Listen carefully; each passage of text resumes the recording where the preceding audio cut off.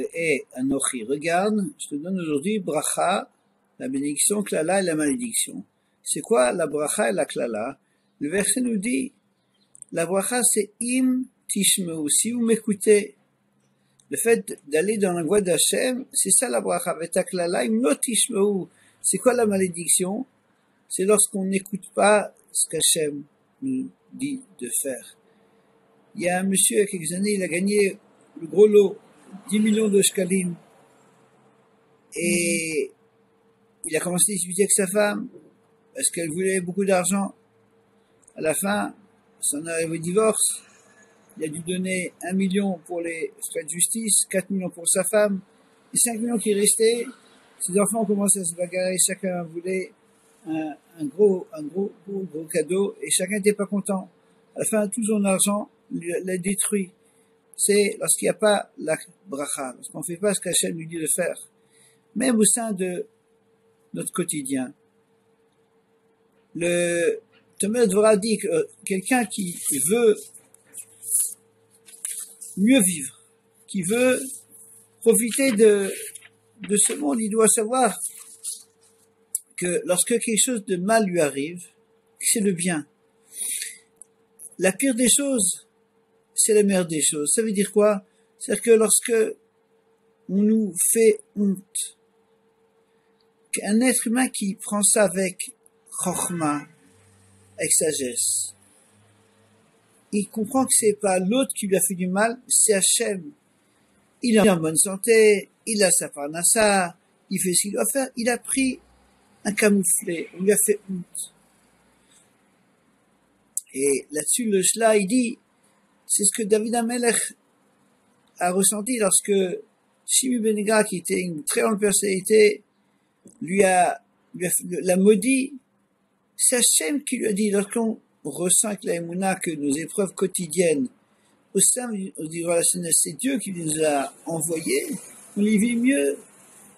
Ben Israël raconte dans Aderet Eliyahu sur Vayakel qu'un homme ne doit pas mal prendre, même lorsqu'il prend des coups à la maison, parce que tout ça c'est la volonté de Kadosh Baruch Hu. Il raconte qu'il y avait comme ça un homme qui, à la maison, sa femme lui faisait des problèmes, lui faisait honte.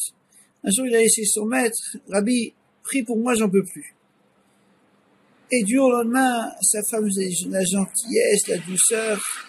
Tout d'un coup, les voisins ont commencé à lui faire honte. À la synagogue, on a commencé à se moquer de lui. Et partout, c'était la même chose, une grande souffrance. Il retournait chez son maître, Rabbi, fais marche arrière, j'en peux plus.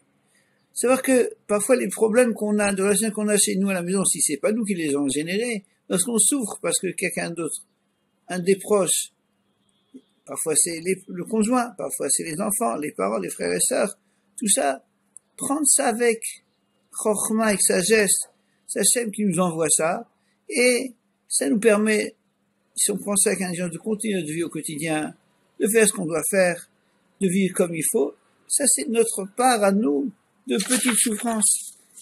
Et là-dessus, c'est une Gemara qui est dans Ta'anit, qui avait un rave, il s'est plaint, ma femme, elle est pas belle. Il allait chez Rabbi Yitzhak, mais comment elle s'appelle? Dit Chana. Chana s'embellisse. Elle est venue belle, et tout d'un coup, elle est venue arrogante, la fierté, et il n'en pouvait plus, il retournait chez son maître. Fais marche arrière. J'en peux plus. La Emouna permet à chacun de vivre les épreuves de relationnel avec sagesse, avec du kiff. C'est un chien qui m'envoie une épreuve.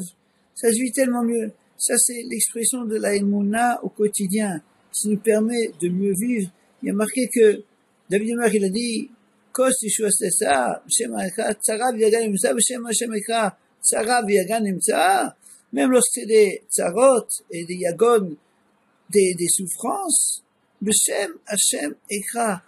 Je remercie Kadosh Baruch Hu, parce que je sais que tout ce qui m'arrive, c'est Hashem qui l'a fait. Bien entendu, gardez un peu de clairvoyance. Il y avait un mari, il a dit, moi avec ma femme, j'ai toujours le dernier mot. Son copain dit, pourquoi? Oui, parce que je lui dis chaque fois, c'est toi qui as raison, chérie. Shabbat Shalom V'Vorach.